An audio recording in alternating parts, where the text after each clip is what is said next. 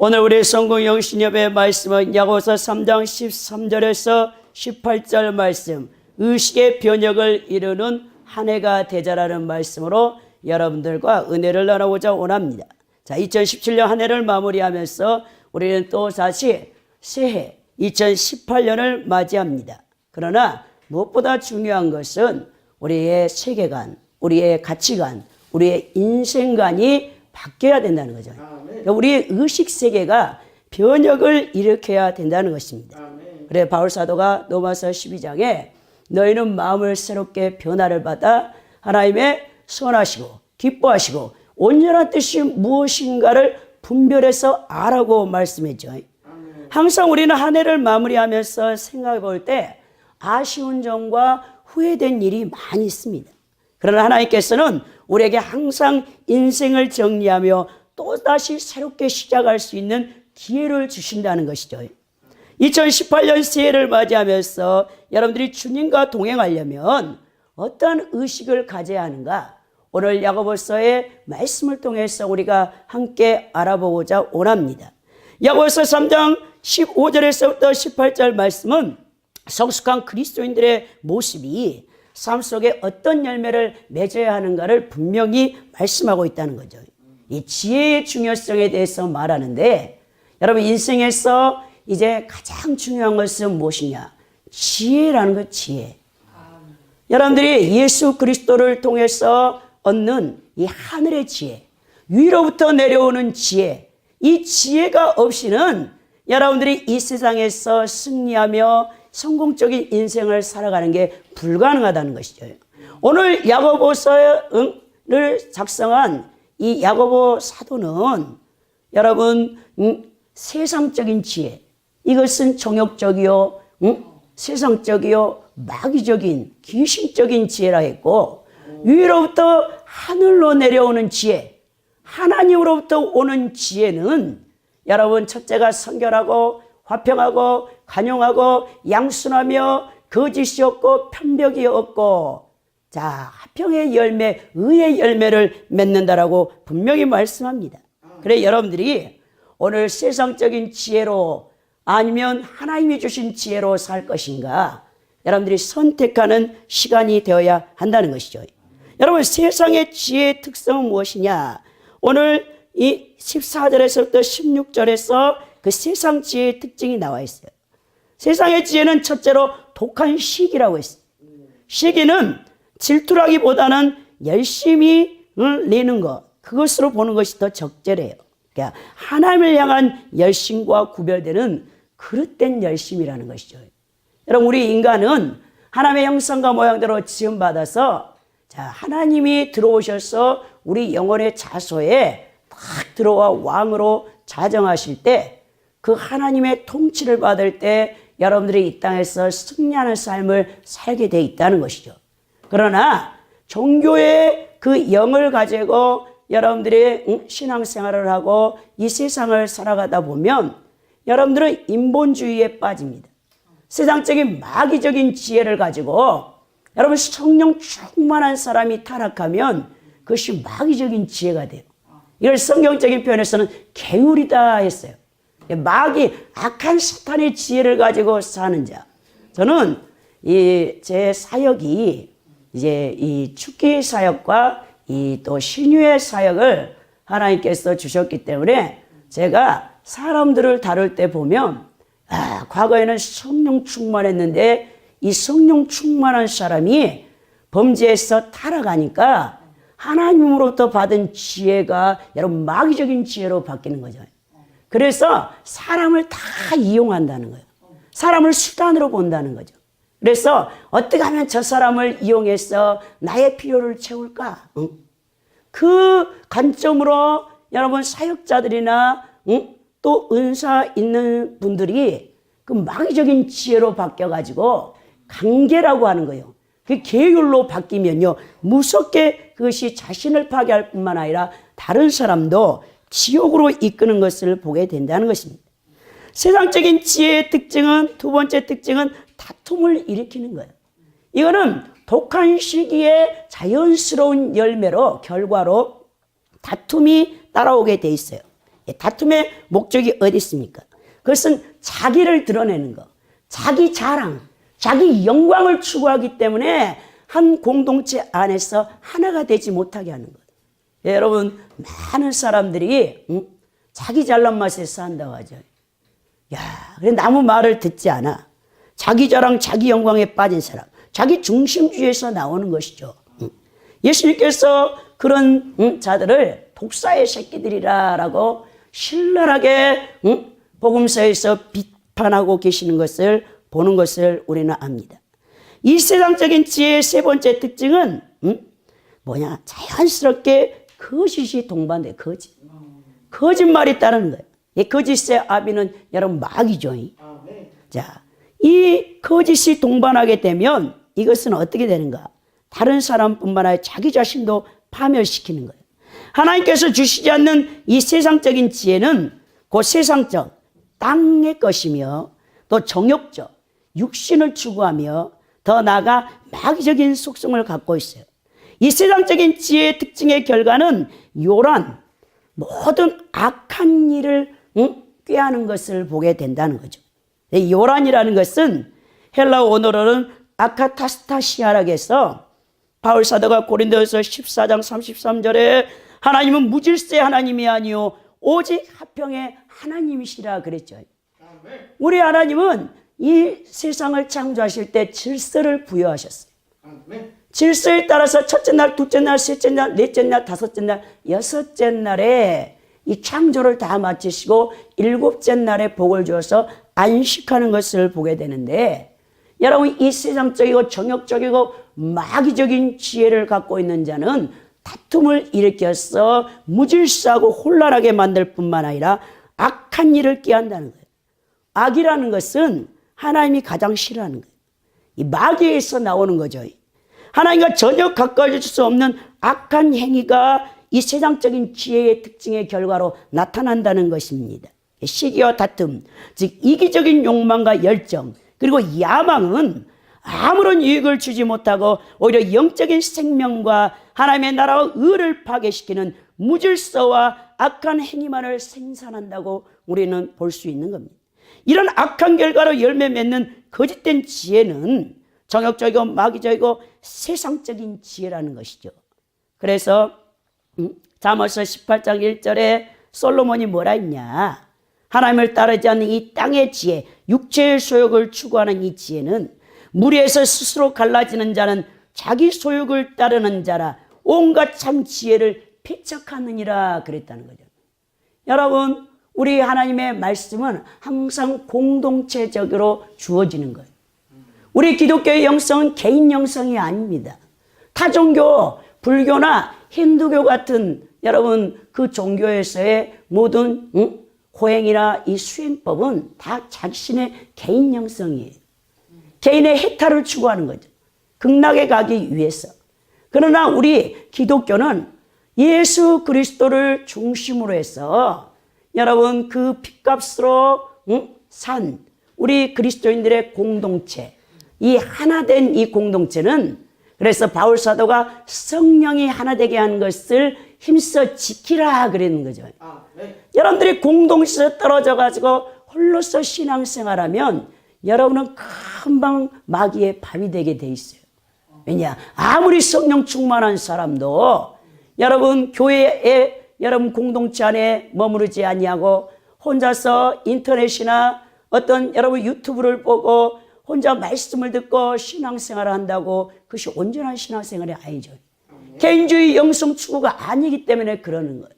교회는 반드시 여러분 네 가지의 이 사이클이 돌아가고 있는데, 하나님과 관계에서는 예배가 온전해져야 되고, 성도와 성도의 관계에서는 교제가 코이노니아가 이루어져야 되고, 또 내 몸을 쳐서 복종시켜서 그리스도의 몸을 위해서 힘써 여러분 봉사를 해야 하는 것입니다. 더 나아가서 여러분 복음을 들고 땅끝까지 가서 증거하는 이 케르그마, 이 선포적인 전도와 선교가 이 사이클이 돌아가지 않으면 교회를 했을 때 힘을 상실하게 돼 있는 거예요. 오늘 우리 한국 교회가 점점 여러분 쇠퇴해지는 이유가 뭡니까? 기도가 약화될 뿐만 아니라 복음 전파에 힘을 쓰지 않기 때문에 그래요. 2017년 한 해를 되돌아볼 때 여러분들이 그리스도의 복음을 전파해서 몇 사람이나 주 예수 그리스도 앞에로 인도했는가? 여러분들이 열심히 예배를 드렸고 기도를 했고 헌금을 했고 봉사했는지 모르겠지만 여러분들이 복음 전파에 힘쓰지 않으면 여러분 영적 무력감이 와버려요. 왜? 이 복음 전파는 영적으로 보면 운동하는 거예요. 사람이 여러분 운동하지 않으면 겨울 내내 살이 쪄가지고 비대해져. 모든 질병의 원인은 비만으로 오는 것입니다. 그래서 의사들이 질병의 원인은 먼저 살부터 빼라는 거예요. 몸을 단축시키려면 운동을 많이 해야 돼. 먹은 만큼 칼로리를 먹은 만큼 여러분 운동하지 않으면 비대해질 수밖에 없는 거예요. 영적으로 여러분들이 진리의 말씀을 많이 듣고 여러분 먹었어요. 그런데 여러분들이 호흡은 기도요. 하나님 앞에 기도를 해야 되겠죠. 또 더 나가서 여러분 몸으로 봉사를 해야 돼.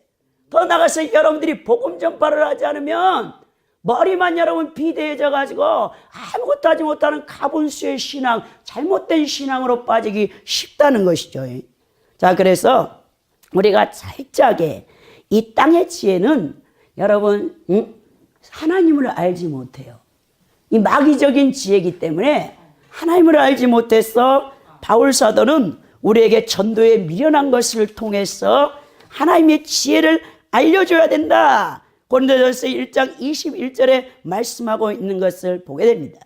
또 욥기서 4장 21절에서 사람이 어찌 하나님보다 의롭겠느냐, 사람이 어찌 그 창조하신 이보다 깨끗하겠느냐, 하나님은 그의 종이라도 그대로 믿지 아니하시며 그의 천사라도 미련하다 하시나니 하물며 흙짐에 살며 티끌로 털을 삼고 하루살이 앞에서라도 무너질 자이겠느냐.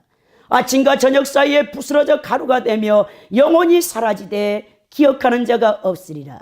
장막줄이 그들에게서 뽑히지 아니하겠느냐. 그들은 지혜 없이 죽으리라. 라고 오늘 욥기서 4장 17절에서 21절에 말씀하고 있다는 겁니다. 지혜가 많으면 번뇌도 많다라고 솔로몬이 전도서 1장 18절에 얘기하고 있습니다. 이 땅의 정욕, 마귀적이고 육신적인 이 지혜는 교만케 해요, 사람을. 여러분, 이 교만은 마귀의 속성입니다. 마귀가 하나님 보좌를 찬탈하게 하려는 그 속성이 교만이었다는 것을 우리는 알 수 있는 것이요. 땅의 지혜는 평화보다는 투쟁을 일으키고 화합보다는 분열을 일으키며 친교보다는 불화를 조성하는 거예요. 이 사회적인 혼란과 제약을 가져올 뿐만 아니라 교회 안에서 불미스럽게 일어나는 모든 일들이 성령 충만하지 않는 땅의 지혜를 갖고 있는 시기와 악한 독한 것을 다툼을 갖고 있는 그 성숙하지 못한 그리스도인들에 의해서 일어나고 있다는 것입니다. 이 땅의 지혜는 사탄의 지혜예요. 사탄이 누구입니까? 사탄은 성도들의 최대적이며 교활한 자이며 극악자이며 하나님을 대적하여 이미 지옥 심판의 형벌을 받은 자인 것을 우리는 압니다. 따라서 마귀적인 사탄의 지혜인 땅의 지혜를 소유한 자들은 하나님과 사람을 대적하는 일을 하도록 하며 사람들을 시험에 빠뜨리게 하고 사람들을 하여금 범죄케 하는 것을 보게 됩니다. 하나님께서도 이 땅의 지혜를 미련한 것으로 보시고 지혜자로 하여금 자기 계율에 빠지지 않고 부끄러움을 당하지 않도록 우리에게 깨어서 근신하라고 말씀하고 있는 것을 보게 되죠. 그렇다면 위로부터 난 지혜, 하나님으로부터 온 지혜는 어떠합니까? 이것은 거짓된 지혜, 세상 지혜와는 대조되는 참된 지혜인 것을 보게 됩니다. 하나님께로부터 내려오는 지혜는 이론적이며 사변적이며 추상적인 지혜가 아니에요. 철저하게 실천적인 지혜라는 것을 보게 됩니다. 이 하늘의 지혜란 위로부터 난 참 지혜를 의미하는데 유대인들의 현자들은 참된 지혜는 언제나 위로부터 내려온다는 개념을 가지고 있었습니다. 이 참된 지혜는 인간의 노력에 의하여 얻어지는 것이 아니라 하나님을 경외함으로써 얻어지는 하나님의 선물이라는 것을 여러분 기억해야 된다는 것이죠. 잠언서 9장 10절에 하나님을 경외하는 것이 지식과 지혜의 근본이라 했죠. 여러분들이 하나님을 경외할 때, 하나님을 두렵고 떨리는 마음으로 하나님의 말씀, 계명에 순종할 때 하나님이 그 지혜를 주는데요. 여러분 그 지혜는 사람이 따라오질 못합니다. 여러분 다니엘서에 보면 다니엘이 바벨론의 포로로 끌려왔어요. 세 친구들과 함께 끌려가서 그들이 왕의 진미를 먹어야 되는데 자신의 신앙을 지키기 위해서 그 당시에 바벨론 왕이 하사했던 그 왕의 진미는 전부 여러분 바벨론 마르둑 신에게 섬겨서 우상 숭배한 재물이란 말이에요. 그 우상 숭배를 통해서 자신들을 더럽히지 않기 위해서 그가 환관장에게 명하기를 우리를 열흘 동안 시험해라. 우리는 왕의 진미, 왕이 화사한 우상의 재물을 먹지 않냐고 식물을, 채소를 먹을 테니까 자, 왕의 진미를 먹었던 사람들과 또 우리 채소를 먹은 사람과 누가 더 혈색이 좋고 건강해 보이는가 그것을 테스트해서 우리는 만약 우리가 채소를 먹고도 건강하면 우리는 계속 채소를 먹겠다라고 다니엘이 환관장에게 여러분 건의하는 것을 보게 되죠. 우리 하나님께서 그것을 보시고 다니엘과 세 친구들에게 여러분 왕의 진미 고기를 먹은 것보다 그 채소를 먹는 그들을 더 건강한 혈색과 건강을 주셔서 결국 다니엘에게 우리 하나님께서 축복하시는데 다른 사람보다 지혜를 10배나 여러분 많이 주는 것을 보게 됩니다. 이 지혜는 감히 인간이 따라갈 수 없는 지혜라는 거예요. 저도 우리 하나님 앞에 철저히 순종했을 때 하나님이 지혜를 주시는데 감히 여러분 인간이 상상할 수 없는 지혜를 주는 거예요. 그래서 제가 신학교 다닐 때 중간고사, 기말고사를 우리는 보면 항상 89절을 암송해서 여러분 다 써야 돼요. 근데 제가 야간 신학교를 다니고 가족을 부양해야 되기 때문에 직장 생활을 하면서 여러분 밤에는 우리 어머니와 함께 도봉산 산책을 다니는데 언제 공부할 시간이 있습니까? 저는 시간이 없던 사람이에요. 10년을 평균 2-3시간밖에 우리 주님이 재우지 않냐고 저를 트레이닝을 시키는데 여러분 그 많은 과목 그 일주일에 4번 신학교를 갔기 때문에 8과목이에요. 거기다가 여러분 화요일에는 한 번은 강단철야 올 강단철야 한 번은 청계산 올 산철야를 가야 돼요. 언제 공부할 시간이 있습니까? 그래서 제가 공부할 시간이 없는데도 여러분 하나님 앞에 그 순종 목숨을 걸고 순종했더니 주님께서 저에게 지혜를 주는데 여러분 성경 구절을 2번만 쓰면 그게 다 암송되는 거예요. 그래서 89절을 한 구절도 여러분 틀리지 않냐고 그대로 다 쓰는 거죠. 엄청난 지혜를 부으신 것을 보게 됩니다. 제가 경험했기 때문에 여러분들에게 능히 말씀드릴 수 있는 거예요. 자, 이 위로부터 오는 이 하나님의 지혜는 어떤 특성을 갖고 있냐? 첫째는 성결하다. 하늘의 지혜는 불의와 더러움과는 무관하며 어떠한 지혜도 결코 용납하지 않는 것을 보게 됩니다. 오직 마음과 생활의 깨끗함을 간직하게 하고 흠잡을 데 없이 깨끗하고 거룩함으로 하나님 앞에 담대히 나가서 여러분들의 마음에 소원하는 바를 아뢰 수 있게 되는 것을 보게 되는 겁니다. 하늘의 지혜를 가진 사람, 하나님 앞에 하나님을 경외하며 순종하는 사람은 하나님 눈을 의식하는 거예요. 사람의 눈을 의식하지 않습니다. 요셉과 같이 코람데오의 신앙생활을 하고 있는 거예요. 내가 어찌 내가 섬기는 하나님 앞에서 득죄하리요?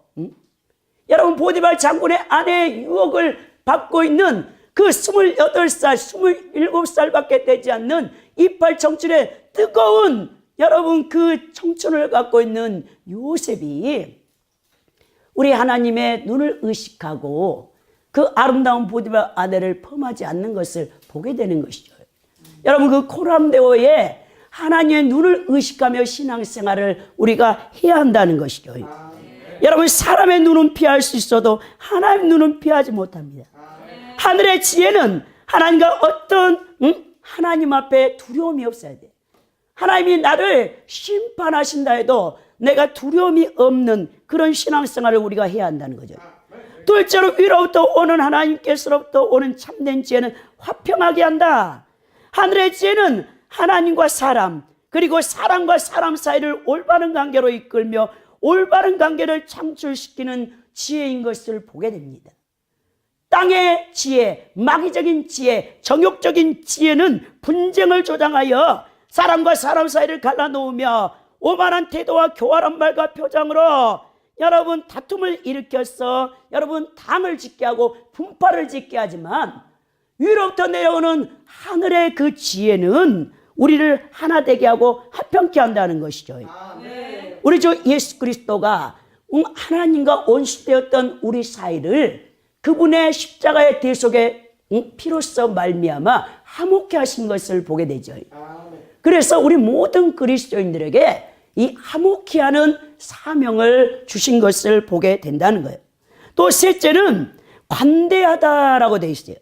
하늘의 지혜는 인간의 이해관계에 있어서나 지나친 이익을 취하지 않으며 거친 말과 행동으로 다른 사람을 비난하지 않고 누군가의 말에 공감하고 경청하며 들을 수 있는 자세를 갖고 있다는 것이죠. 여러분, 무조건 내 주장만 하는 사람은 여러분 주변에 사람이 없어요. 자기 말만 옳다고 하면 여러분 누가 그 사람을 좋아합니까?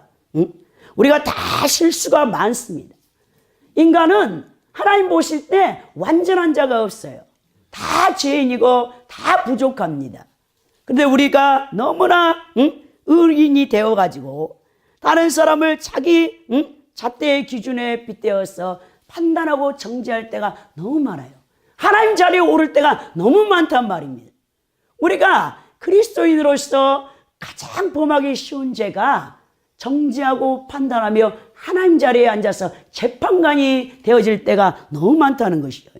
그러나 우리 주님께서는 너그럽게 용서해 주는 그 사랑을 우리에게 베풀었던 것처럼 오늘 위로부터 하늘에서 내려온 지혜는 우리를 다른 사람의 실수나 가오를 너그럽게 하고 용서해 주는 지혜로 나타나는 것을 보게 됩니다.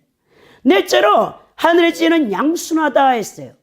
언제나 하나님 뜻에 순종하며 다른 사람들의 이야기에 마음을 열 수 있는, 공감할 수 있는, 이해할 수 있는 마음을 갖고 있다는 것이죠.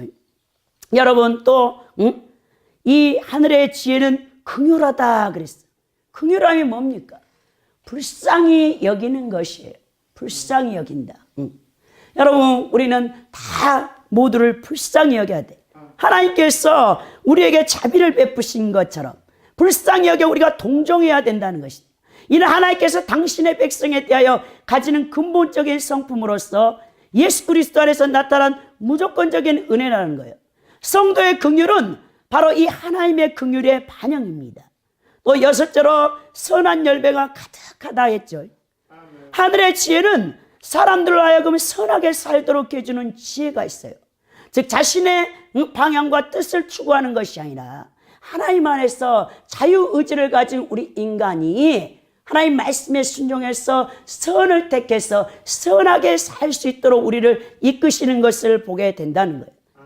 또 하늘의 지혜는 편벽되지 않습니다. 어떤 선입견을 가지고 여러분 사물을 판단하지 않는다는 거예요. 그래서 하늘의 지혜를 받은 자는 분파적인 행동을 하지 않게 됩니다. 또 하늘의 지혜를 받은 사람은 거짓이 없다. 하나님께서는 여러분 해전하는 그림자도 없다 하셨어요. 그만큼 완전한 선의 기준을 갖고 계신 우리 하나님. 이 하늘의 지혜는 꾸밈이나 거칠애를 모르며 어떤 목적을 위하여 사람을 속이지 아니하며 사람을 있는 그대로 진실되게 대하는 것을 보게 된다는 것이죠. 우리가 이 위로부터 하늘의 지혜를 받아야 되는데 위로부터 난 지혜의 결과는 오늘 야고보서 3장 18절에 말씀하고 있습니다.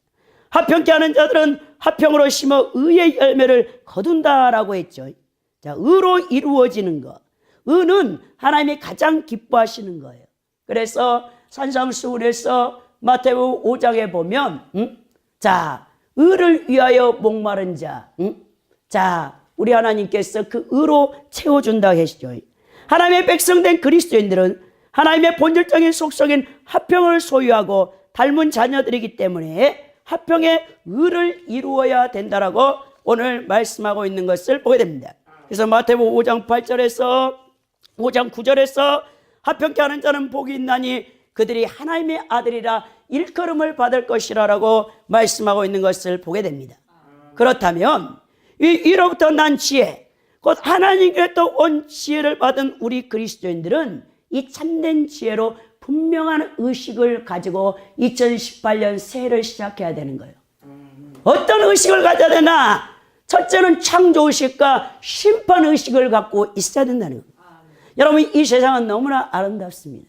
우리 하나님께서 창세기 1장 대체 하나님이 천지를 창조하시니라 말씀하셨고, 이제 창세기 1장에서 쫙 우리 하나님께서 창조의 세계에 질서를 부여하시는데, 여러분 창세기 1장 14절에서 19절에 보면 하나님이 이르시되 하늘의 궁창에 각명체들이 있어 낮과 밤을 나누게 하고 그것들로 징조와 계절과 날과 해를 이루게 하라. 또 각명체들이 하늘의 궁창에 있어 땅을 빛으로 하시니 그대로 되니라. 하나님이 두 큰 광명체를 만드사 큰 광명체로 낮을 주관하게 하시고 작은 광명체로 밤을 주관하게 하시며 또 별들을 만드시고 하나님이 그것들을 하늘의 궁창에 두어 땅을 비추게 하시며 낮과 밤을 주관하게 하시고 빛과 어둠을 나누게 하시니 하나님이 보시기에 좋았더라. 저녁이 되고 아침이 되니 이는 넷째 날이니라 라고 기록되어 있는 것을 보게 됩니다. 성삼위일체 하나님께서 이 우주, 자연 만물, 인간을 피조물로 만드시고 인간을 위해서 지구를 창조하시고 구원받을 성도들을 이 3차원의 시공간이 있는 물질 세계에서 5차원적인 우리 천국의 백성들로 훈련하고 있는 것을 보게 되는 거죠. 성령님께서는 여러분 일반 은총을 베푸세요. 모든 믿는 그리스도인이나 예수 그리스도를 알지 못하는 구원받아야 할 비그리스도인이나 다 그들에게 동일하게 우리 하나님께서 의식주 문제에 일반 은총을 베푸시는 것을 보게 됩니다. 그래서 마태복음 5장에 보면 우리 하나님께서 선인과 악인에게 해와 비를 동시에 내리신다 하였죠. 여러분, 성령의 일반 은총은 봄이 되면 이 겨울 내내 얼어붙었던 대지에 여러분 생명을 부여하셔서 모든 만물이 싹이 돋고 여러분 여름 내내 뜨거운 햇볕에 무쌍하게 그 식물들, 열매들, 나무들이 열매들이 자라나 가을에 노란 황금빛으로 변해서 또 겨울에는 모든 먹을 것들을 준비하여 안식을 하게 하시는 것을 보게 되죠. 이것은 자연 만물에만 이루어지는 게 아니에요. 우리 인생사 속에서도 그대로 이루어집니다. 우리가 이 땅에서 100년을 사는데 인생사에서도 봄, 여름, 가을, 겨울이 있어요.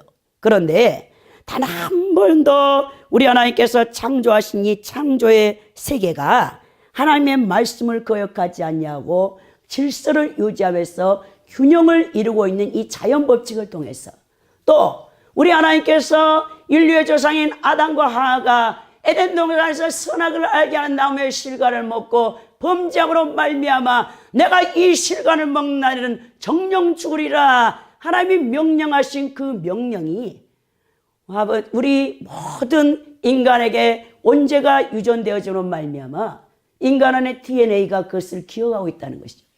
여러분 놀랍게도 우리 인간은 한 번은 반드시 다 죽어야 돼. 여러분 육체적인 죽음을 가져오는 거죠. 우리 하나님의 말씀은 그대로 이루어지고 있는 것을 보게 됩니다. 자, 그러나 우리 기독교에서의 가장 위대한 하나님의 은총은 무엇이냐? 우리가 예수 그리스도를 통하여 제사함 받고 구원받은 하나님의 자녀는 우리가 이 땅에서 3차원 세계에서 비록 육체적인 죽음을 한 번 맞이하지만 우리 영혼이 형벌을 받는 지옥의 형벌, 두 번째 형벌은 우리가 받지 않는다는 것이죠.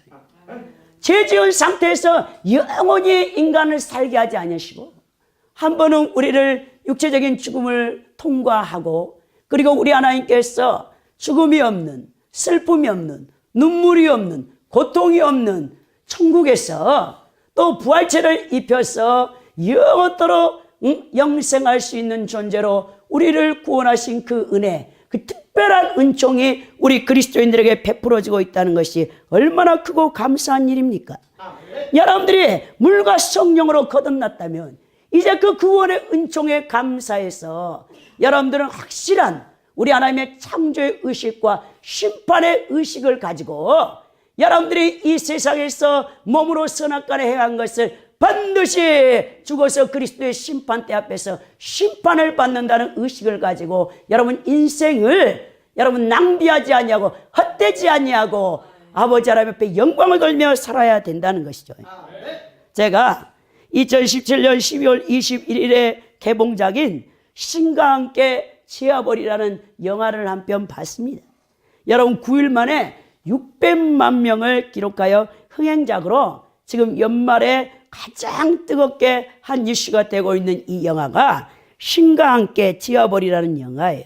이건 원래 2013년에 웹툰 만화에서 요즘 웹툰 만화는 저승사자 이승에 아니라 여러분 죽어서 저승에 가는 그것을 주제로 하는 여러분 그 모토로 하는 이 만화가 유행을 하는데 2013년에 이 웹툰 이 저승사자 강림차사를 주연을 했던 이 흥행작이 김용하 감독에 의해서 여러분 컴퓨터 그래픽을 활용한 엄청난 400억이라는 제작비를 들여가지고 그 영화를 지금 제작해서 극장가에서 지금 CGV에서 여러분 운영하고 있는데 그것을 여러분들도 시간 되면 한번 꼭 보세요. 우리 기독교적인 사과는 아닙니다. 그건 불교의 여러분 지옥을 다루고 있는데 하나님의 형상과 모양대로 지음받은 인간은 여러분 타락한 이성과 부패한 양심을 갖고 있지만 반드시 선과 악에 대한 본성징악적인 개념을 인간이 갖고 있는 것이죠. 모든 타종교에서도 선하게 사는 자는 내세에 좋은 곳 천국이나 극락을 갈 것이고 악하게 사는 자는 불교계에서는 염라대왕에게 7번의 심판을 받아가지고 이 땅에 49제를 지내는 목적이 거기 있더라고요. 49일 동안 이 7번의 심판 가운데서 무죄가 인정되면 다시 이 땅에 환생한다. 그 주제로 다룬 영화예요, 여러분. 거기 김자홍이라는 38살 먹은 노마, 말을 하지 못하고 듣지 못하는 농아 어머니와 어린 남동생을 위해서 자기 인생을 바쳐 여러분 소방관으로 그가 이 순직을 했어요.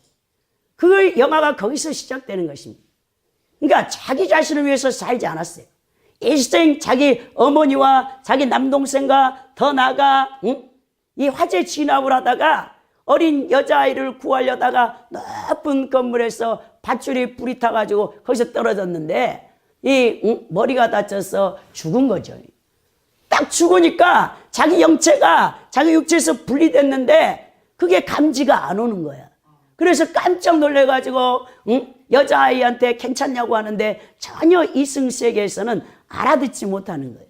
그 김장호이라는 젊은 청년이 38 먹은 소방관이 순직하면서 시작되는 귀인이 된 거죠. 7번의 이제 심판을 받는 과정에서 귀인이 되어서 그가 환생한다는 정말 여러분 불교계의 지옥에 대한 불교의 지옥에 대한 영화예요. 여러분 이 환생설 유래서는 어디서 나옵니까? 힌두교의 카르마라는 업보에서 나오는 것이죠. 인간이 여러분 성악설이냐 성선설이냐, 인간은 원래 태어날 때 악하냐 아니면 인간은 원래 선하냐, 거기서 많은 철학자들이 어떤 사람은 악하다 인간은 태어날 때부터, 또 어떤 사람은 인간은 선하게 태어났지만 환경과 자라나는 그 모든 상황이 악해질 수 있다라고 말하지만 이 힌두교에서 카르마 이 업보의 사상을 통해서 윤회 환생설, 그러니까 불교는 순한 여러분 사관을 갖고 있어. 서클 한다니까 돌고 도는 거죠. 여러분 840번인가 여러분 윤회를 해야 여러분 해탈하고 구원받는다는 건데, 여러분 타종교의 구원과는 너무나 여러분 우리하고는 거리가 멀죠. 여러분 기독교는 직선사관입니다. 예수께서 나는 곧 알파요 오메가라 했죠. 나는 시작과 끝이라. 반드시 시작이 있으면 끝이 있다. 시작 다음 끝은 뭡니까? 심판이 있다는 거예요. 여러분 심판을 의식하며 살아야 돼요. 그래서 여러분들이 타종교의 힌두교나 불교처럼 내가 다시 한번 태어나서 새로운 인생을 살아오면 좋겠다라고 오늘 생각하는 분들이 있다면 꿈을 깨시기 바랍니다. 왜냐하면 솔로몬이, 지혜의 왕이 솔로몬이 전도서에서 분명히 얘기했어요. 전도서 6장 1절에서 7절에 내가 해 아래서 한 가지 불행한 일이 있는 것을 보았나니 이는 사람의 마음을 무겁게 하는 것이라. 어떤 사람은 그의 영혼이 바라는 모든 소원에 부족함이 없어 재물과 부여와 존귀를 하나님께 받았으나 하나님께서 그가 그것을 누리도록 허락하지 아니하셨으므로 다른 사람이 누리나니 이것도 헛되어 악한 병이로다. 사람이 비록 100명의 자녀를 낳고 또 장수하여 사는 날이 많을지라도 그의 영혼은 그러한 행복으로 만족하지 못하고 또 그가 안장되지 못하면 나는 이르기를 낙태된 자가 그보다 낫다 하나니 낙태된 자는 헛되이 왔다가 어두운 중에 가매 그의 이름이 어둠에 덮이니 햇빛도 보지 못하고 또 그것을 알지도 못하나 이가 그보다 더 평안함이라. 그가 비록 천년의 갑절을 산다 할지라도 행복을 보지 못하면 마침내 다 한 곳으로 돌아갈 뿐이 아니냐. 사람의 수고는 다 자기의 입을 위함이나 그 식욕은 채울 수 없느니라라고 전도서 기자인 솔로몬이 얘기하고 있다는 거예요.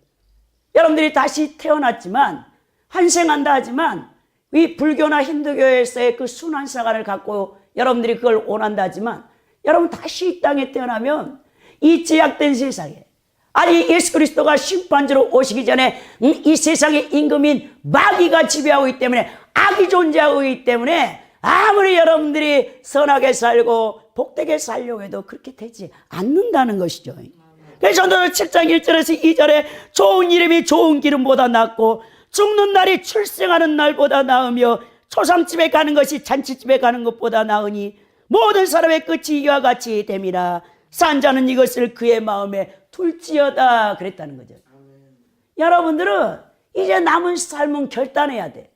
어떻게 하면 여러분들이 주 예수 그리스도의 말씀에 순종하여 선하게 살다가 주의 심판대 앞에 갔을 때 잘할도다 착하고 충성된 족이라고 우리 하나님께서 칭찬과 면류관을 받을까? 그것을 생각하고 심판의식을 가지고 살아야 된다는 것입니다. 더 나아가 우리는 참된 지혜를 가지고 사랑의 의식을 갖고 있어야 된다는 것이죠. 여러분, 기독교는 사랑의 종교입니다. 하나님 사랑, 이웃 사랑. 여러분들이 2018년 시에는 사랑의 의식을 분명히 갖고 사랑을 실천할 수 있었으면 좋겠습니다. 하나님의 최고의 속성인 사랑은 모든 그리스도인들의 성품이 되어야 하는 것이죠.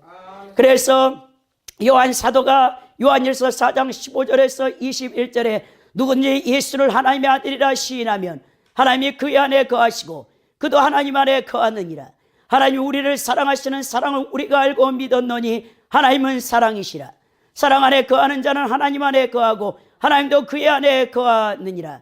이로써 사랑이 우리에게 온전히 이루어진 것은 우리로 심판날에 담대함을 가지게 하려 함이니 주께서 그러하신 것 같이 우리도 이 세상에서 그러하니라.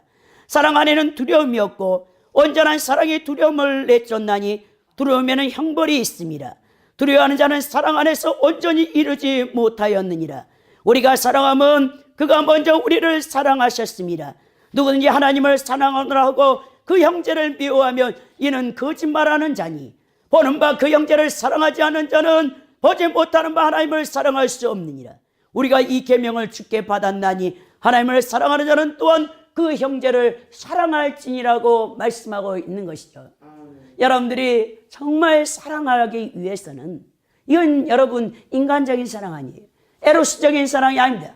스톨렉의 부모가 자녀를 사랑하는 사랑도 아니에요. 여러분 이것은 친구의 사랑, 필레오의 사랑도 아니에요. 성경에서 말하는 이 사랑은 아가페의 사랑인데 이 아가페 하나님의 사랑은 독생자자 예수 그리스도를 십자가에 내어주시기까지 사랑한 그 성부 하나님의 사랑을 지칭하고 있는 것이죠.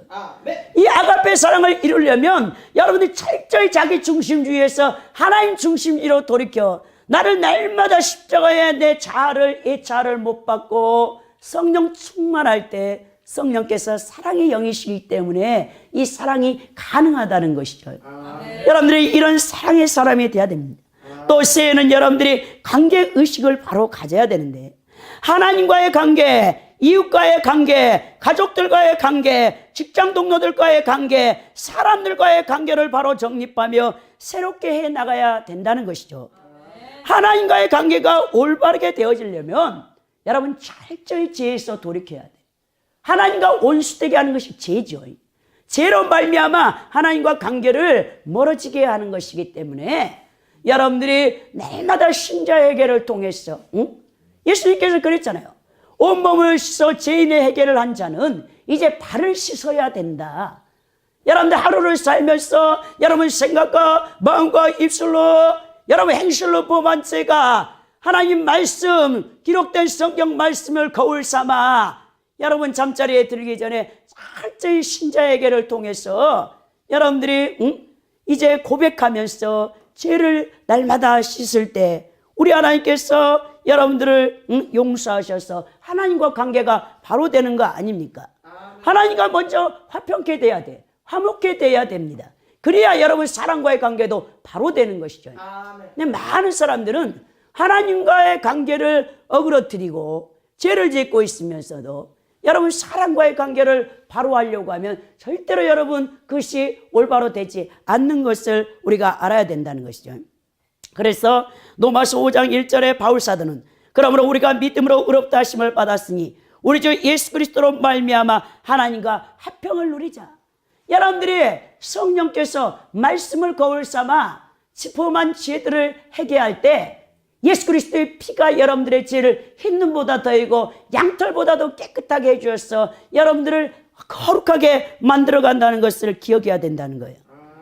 또 로마서 5장 9절에서 11절에 그러면 이제 우리가 그의 피로 말미암아 의롭다 하심을 받았으니 더 그로 말미암아 진노하심에서 구원을 받을 것이니 그 우리가 원수 되었을 때 그의 아들의 죽으심으로 말미암아 하나님과 화목하게 되었은즉 화목하게 된 자로서는 더욱 그의 살아나심으로 말미암아 구원을 받을 것이니라. 그뿐 아니라 이제 우리로 화목하게 하신 우리 주 예수 그리스도로 말미암아 하나님 안에서 또한 즐거워하느니라. 여러분들이 제사함 받고 하나님과 관계가 화목하게 되면 여러분 안에 성령께서 기쁨을 주시는데 이 희락의 기쁨은 세상이 주는 기쁨과 비교할 수가 없다는 거예요. 여러분 이 기쁨을 누려보았습니까? 아무것도 없어요.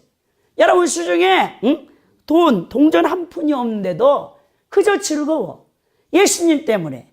하박국 선지자가 하박국서 3장 17절에서 19절에 고백했던 것처럼 비록 무화과 나무에 열매가 없고 외양간에 송아지가 없고 여러분 논밭에 소출이 없고 아무것도 없다 할지라도 구원의 하나님 나를 구원하신 영생을 주신 하나님 한 분만으로 나는 즐거워하고 기뻐하리라.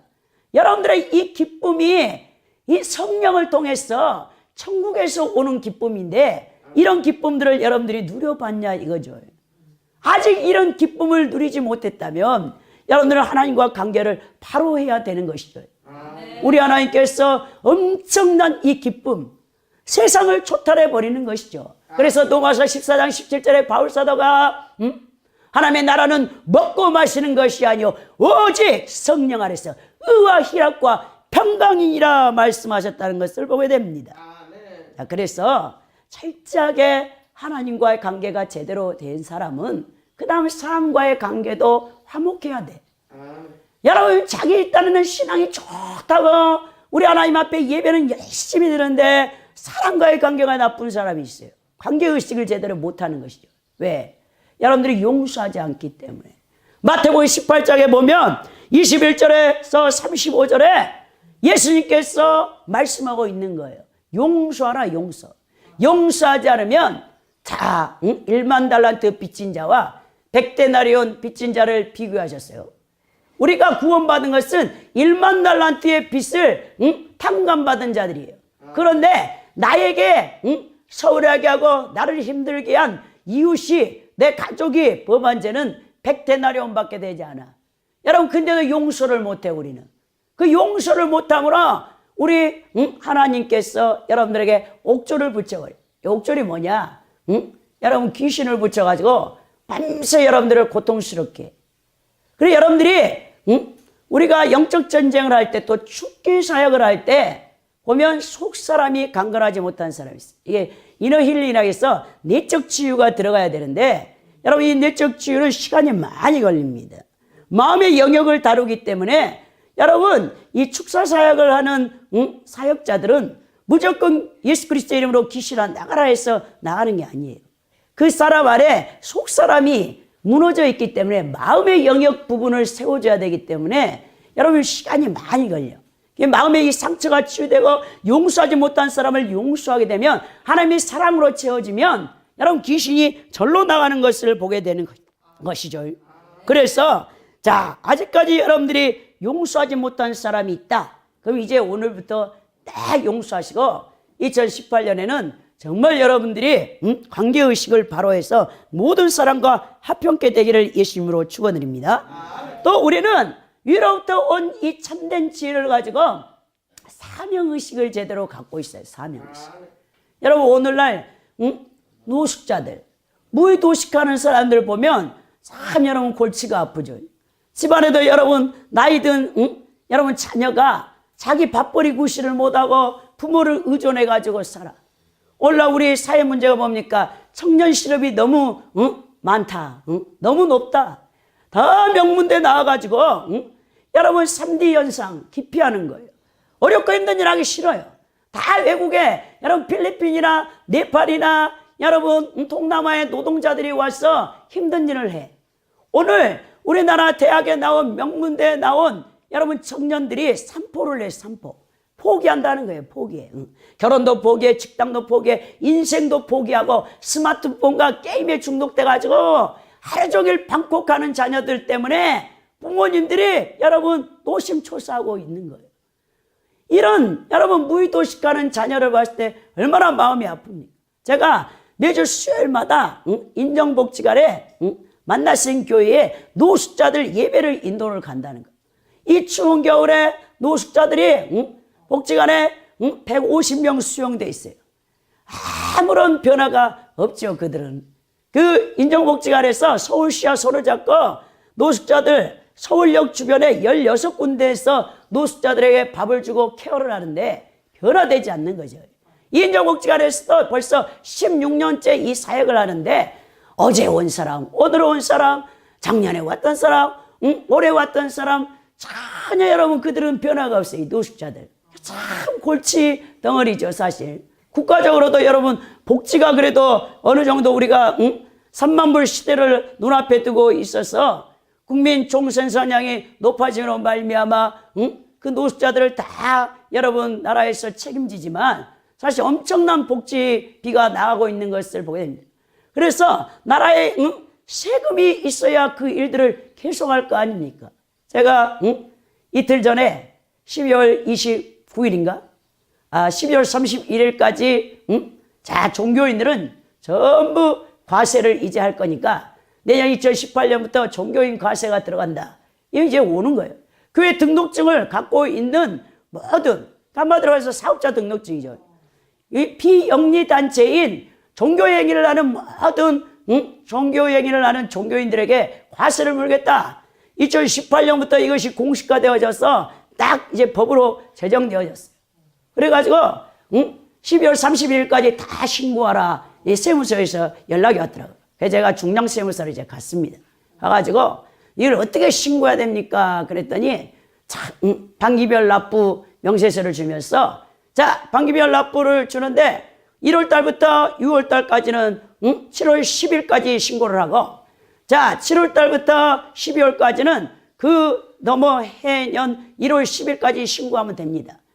야 1년에 2번만 하면 반기별 납부 신청을 통해서 종교인 과세를 하는데 만약 이것을 신청하지 않으면 매달 여러분 가끔세를 내는 것 같이 세무서에 와서 다 신고를 해야 돼요. 엄청 버겁죠. 근데 보니까 이 종교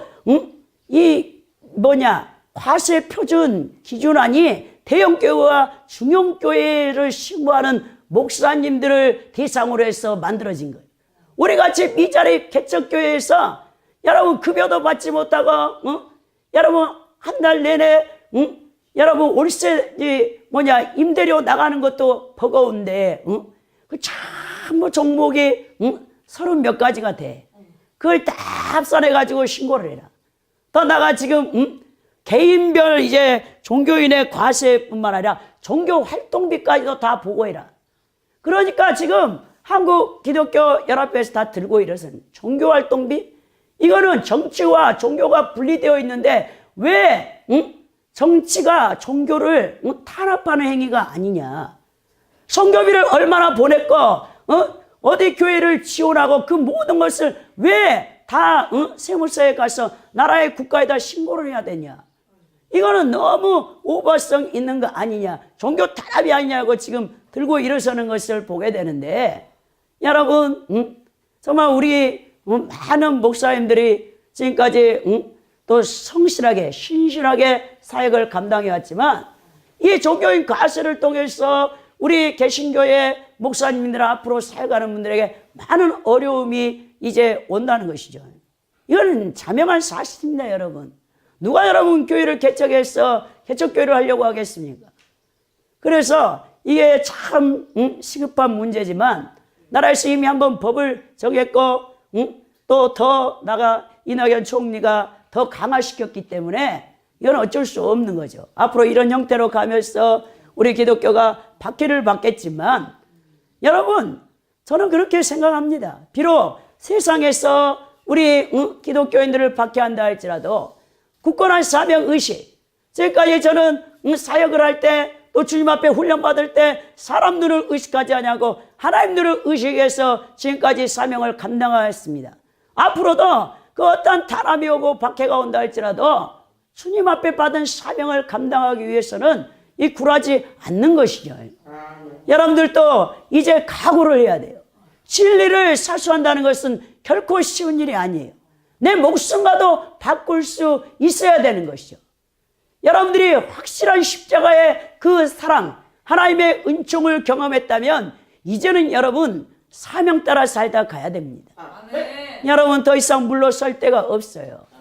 여러분 예수 그리스도만이 나의 구원자요, 나의 하나님이요, 나의 구세주요, 나의 왕이라고 여러분들이 고백했다면 박해와 핍박이 온다 할지라도 여러분 신앙을 버려서는 안 된다는 것이죠. 여러분들이 사람들 앞에서 예수 그리스도를 부인하면 주님께서 내가 하늘의 아버지와 천사들 앞에서 너희를 부인하리라 하신 것을 여러분 기억하시기 바랍니다. 자, 그래서 모든 우리 그리스도인들에겐 사명이 주어졌습니다. 여러분 주의 종이든 전임 사역자이든 아니면 병신도든 여러분 각자에게 주신 사명, 부르심의 그 자리에서 자기 자리의 위치를 지켜야 하는 것을 여러분 기억하시기 바랍니다. 그래서 여러분 직분 맡은 자가 구할 것은 충성이라 바울 사도가 고백했던 것처럼 우리가 위로부터 하나님의 지혜를 받아 여러분 성결하고 화평하고 간영하고 양순하고 긍휼하며 또 선한 열매가 많고 편벽과 거짓이 없는 이 지혜를 받아 여러분 2018년 새해에는 여러분 투철한 의식의 변화를 갖는데 먼저 창조의식과 심판의 의식과 사랑의 의식과 여러분 관계의식을 바로 갖고 더 나아가 투철한 사명의 의식을 가져서 여러분들이 더 우리 주님과 동행하는 임마누엘의 복, 성령 충만한 복을 받을 수 있기를 예수 그리스도의 이름으로 축원드립니다.